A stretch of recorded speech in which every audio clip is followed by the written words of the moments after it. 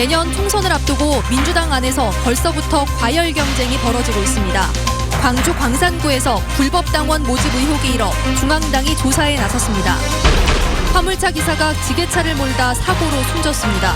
유족들은 지게차 면허도 없는 사람에게 회사가 부당하게 일을 시켰다고 주장했습니다. 근로정신대 시민모임이 미쓰비시 중공업에 다음 달 15일까지 배상 협의에 응하지 않으면 압류재산을 매각하겠다고 통보했습니다. 올해 6월은 평년보다 기온이 낮습니다. 장마도 예년보다 늦을 것으로 예상됩니다. 여러분 안녕하십니까? 광주 MBC 뉴스데스크입니다. 내년 총선을 앞두고 민주당에서 불법 당원 모집 의혹이 불거졌습니다. 문제가 된 곳은 광주 광산 지역입니다. 민주당은 경선에 미칠 영향 등을 고려해 중앙당 차원에서 진상조사에 착수했습니다. 이계상 기자가 보도합니다. 더불어민주당이 운영하는 온라인 당원 가입 사이트입니다. 두세 단계의 실명 확인 절차를 거쳐 신원 확인이 가능한 신청인만 당원에 가입할 수 있도록 강화돼 있습니다. 대신 지역구 권리당원 가입 조건은 실제 주소지뿐만 아니라 직장 등 활동 근거지도 가능하도록 되어 있습니다. 이 때문에 최근 광주 광산 갑과 을 지역구 권리당원 신청자들이 가짜 주소를 입력하거나 동일 주소지에 7, 8명이 함께 등록한 것으로 드러났습니다. 많게는 수십 명이 한 주소지로 입력하는 등 불법 탈법이 의심되는 사례가 1000건이 넘는 것으로 파악되고 있습니다. 민주당 광주시당은 관련 내용을 중앙당에 즉시 보고하고 내년 총선과 관련해서 전국에서 처음으로 불거진 불법 당원 모집 사례인 만큼 중앙당 차원의 강도 높은 조사를 예고하고 있습니다. 어떤 특정부와 연결된 점이 나온다라고 한다면 이것의 경중, 규모 이런 것들을 따져보고 감안해서 적절한 징계가 내려지지 않을까 이렇게. 민주당은 광산 갑, 을 지역구뿐만 아니라 다른 지역에서도 불법 당원 모집 사실이 있는지 진상조사 대상을 확대하기로 했습니다. 내년 총선을 앞두고 광주에서 민주당 공천 경쟁이 치열해지고 있는 만큼 당원 모집을 둘러싸고 입지자들의 신경전과 흠집 내기가 갈수록 뜨거워질 것으로 전망됩니다. MBC 뉴스 이계상입니다. 더불어민주당 최고위원회가 이석형 산림조합 중앙회장과 배종호 세안대 교수의 복당을 의결했습니다. 민주당 전남도당에 따르면 당 최고위원회가 이석형 회장과 배종호 교수에 대한 복당 신청을 심사한 결과 복당을 허용하기로 결정했습니다. 내년 총선에서 이 회장은 광주 광산갑 지역구에, 배 교수는 목포에 출마하기 위해서 활동폭을 넓히고 있는 것으로 알려졌습니다. 지게차가 넘어지는 바람에 40대 운전자가 숨졌습니다.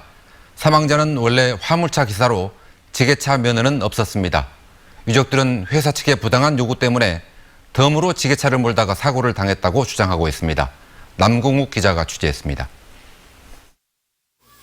나주시의 한 오리고기 유통업체입니다. 화물차에 실린 오리 상자를 바쁘게 실어 나르던 지게차가 갑자기 중심을 잃고 한쪽으로 넘어집니다. 지게차를 몰던 46살 김모 씨는 머리를 크게 다쳐 병원에서 치료를 받던 중 숨졌습니다. 김 씨는 이곳에서 지게차로 오리를 실어 나르다 지게차가 넘어지면서 변을 당했습니다. 김 씨는 원래 이 업체에 오리를 화물차로 실어다주는 일을 맡았지만 업체 창고 안에서 지게차 운전일까지 했습니다. 화물차 기사 김 씨는 지게차 운전 교육은 받았지만 면허는 없는 상태였던 것으로 알려졌습니다.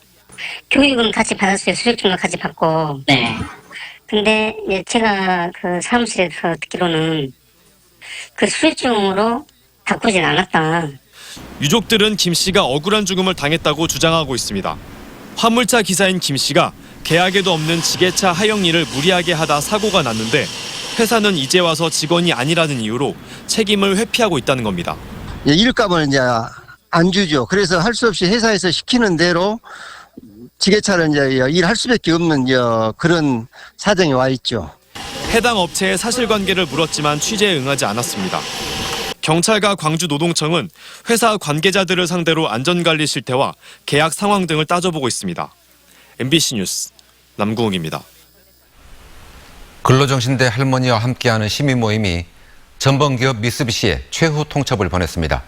다음 달 15일까지 배상협의에 응하지 않으면 압류재산을 매각하겠다고 통보했습니다. 보도에 송정근 기자입니다. 근로정신대 할머니와 함께하는 시민모임 회원들이 강제징용에 대한 사과와 배상이행 교섭을 촉구하는 요청서를 미쓰비시 중공업에 전달합니다. 시민모임은 미쓰비시 중공업에 다음 달 15일까지 교섭에 나서라고 데드라인을 제시했습니다. 그때까지 미쓰비시 측이 아무런 반응을 보이지 않으면 이전에 압류했던 8억 400만 원어치의 지적재산권을 매각한다는 겁니다. 이 압류라는 방식보다는 강제 집행보다는 대화와 협의를 통한 것이 필요하다는 생각이었고, 그래서 이번에 현금화 절차를 앞두고 그 압류 자산에 대한 매각 명령을 앞두고 저희가 다시 한번 협의를 요청을 했습니다. 한편 시민모임은 강제징용 배상 문제를 한일 기업의 자발적 출연금으로 해결하자는 우리나라 외교부의 제안은 잘못됐다고 비판했습니다. 강제동원 문제 해결의 출발점인 역사인정과 사과가 빠져 있고 대법원의 확정 판결만 받은 사람만 보상을 받을 수 있기 때문입니다. 무엇보다 강제징용 피해자들의 의견을 묻지 않는 점을 문제로 꼽았습니다. 시민단체는 다음 주 도쿄에서 열리는 미쓰비시 중공업 주주총회장 앞에서 항의 집회를 열고 강제동원에 대한 사과와 책임을 다시 한번 촉구할 예정입니다. MBC 뉴스 송정근입니다.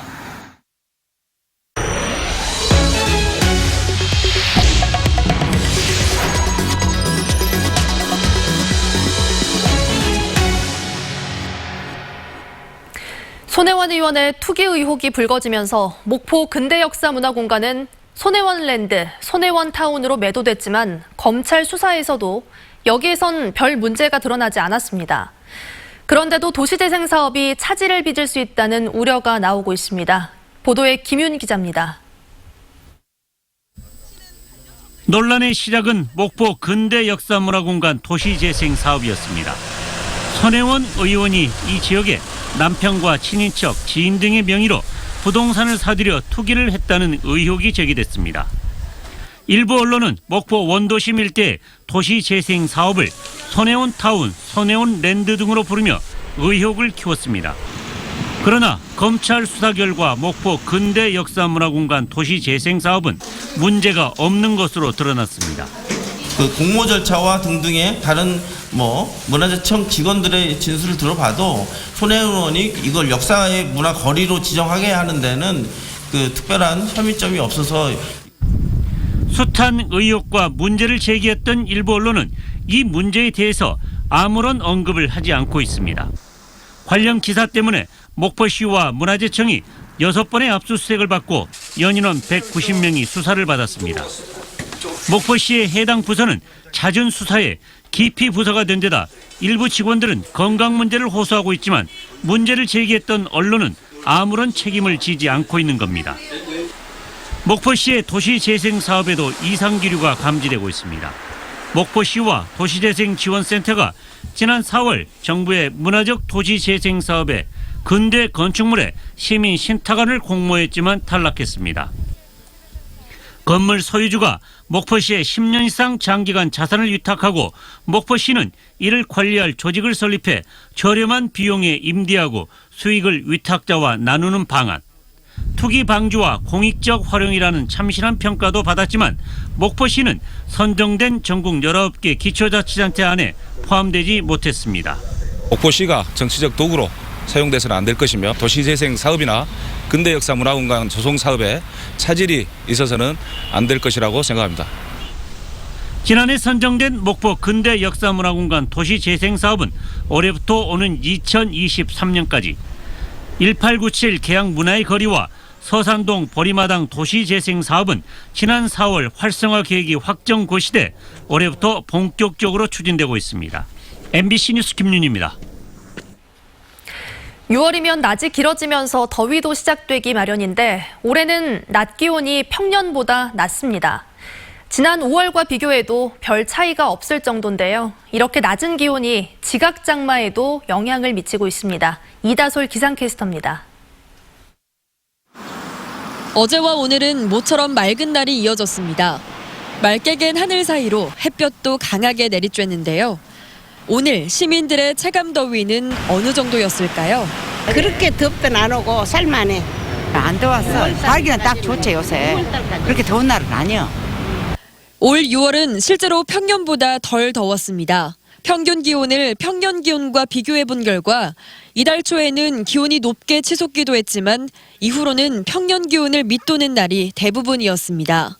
특히 최고 기온 평균을 살펴보면 지난달 최고 기온 평균과는 큰 차이가 없었지만 최근 5년간 6월 최고 기온 평균값보다는 2도가량 낮았고 특히 작년 6월 최고 기온 평균값보다는 3도가량 낮습니다. 올 6월이 비교적 덜 더운 이유는 우리나라 상층에 위치한 찬 공기 때문입니다. 네, 올해 6월에는 베링해 부근의 상층 기압능이 발달하면서 우리나라로 상층에 차고 건조한 공기가 자주 유입되어 선선한 날이 많았습니다. 이 찬 공기는 6월의 더위를 주춤하게 했을 뿐만 아니라 장마에도 영향을 미치고 있습니다. 찬 공기가 장마 전선의 북상을 막고 있어서 올 장마는 평년보다 늦은 지각 장마가 될 것으로 전망됩니다. 평년을 기준으로 볼 때 남부지방의 장마는 이번 주말에 시작돼야 하지만 다음 주 수요일과 목요일 제주와 남해안에 장마 전선이 잠깐 북상했다가 남하하겠고 7월 초 본격적인 장마가 시작되겠습니다. 맑았던 오늘과 달리 주말인 내일부터는 흐리고 비가 내리겠습니다. 토요일 오전 9시부터 일요일 새벽 6시까지 광주 전남 지역에 20에서 70mm의 비가 내리겠고 많은 곳은 100mm 이상의 비가 쏟아지겠습니다. MBC 뉴스 이다솔입니다. 광주 전남 지역에 내일 하루 종일 비가 내릴 것으로 예상되고 있지만 수영대회 성공 개최를 기원하는 행사는 예정대로 진행됩니다. 광주시는 수영대회 개막 D-20일을 맞아 진행되는 모스크바 국립심포니 오케스트라 광주 공연을 당초 예정대로 5.18 민주광장에서 저녁 8시부터 진행한다고 밝혔습니다. 또 전국 반려견 수영대회도 내일 오후 조선대 운동장에서 예정대로 진행하기로 했습니다. 광주 어등산 관광단지 조성 사업에 지역 건설업체인 서진엘리체가 사업 계획서를 제출했습니다. 광주시는 어등산 관광단지 민간사업자 공모를 마감한 결과 건설회사인 서진엘리체가 유일하게 사업 계획서를 접수했다고 밝혔습니다. 당초 업체 두 곳이 어등산 개발 사업에 적극적인 관심을 나타냈지만 서진엘리체만 마감 시한에 맞춰 사업 계획서를 낸 것으로 확인됐습니다. 광주시는 다음 달 중순까지 시민평가단과 평가심의위원회의 평가를 거쳐 서진이 합격점을 얻을 경우 우선 협상 대상자로 선정해 어등산 단지 조성 사업을 확정할 계획입니다.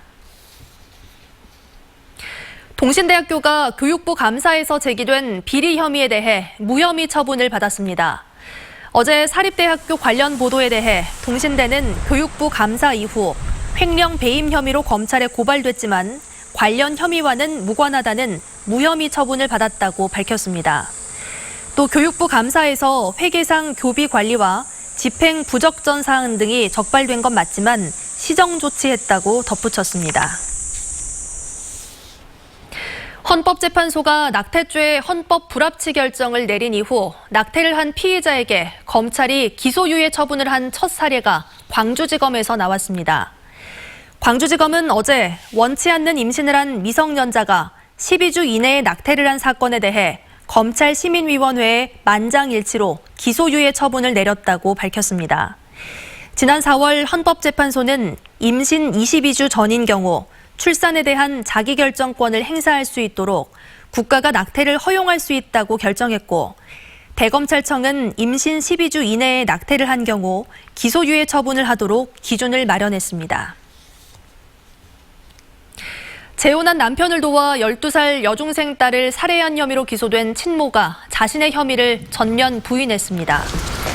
오늘 광주지법에서 열린 첫 재판에서 친모 40살 유모 씨는 남편이 딸을 살해할 줄 사전에 몰랐고 범행이 이뤄질 때서야 알았지만 폭력이 두려워 막지 못했다는 취지의 주장을 펼쳤습니다. 반면 함께 재판에 출석한 남편 32살 김모 씨는 아내인 유 씨가 살인을 유도했다며 유 씨의 주장을 반박했습니다. 검찰은 친모인 유 씨가 살해 당일 딸을 직접 불러냈고 남편이 딸을 살해하는 자동차 현장에서 딸이 흘린 피를 닦으라며 물티슈를 건넨 점 등을 토대로 유 씨를 살인의 공범이라며 공소 사실을 밝혔습니다. 딸에게 한 말씀만 해주세요.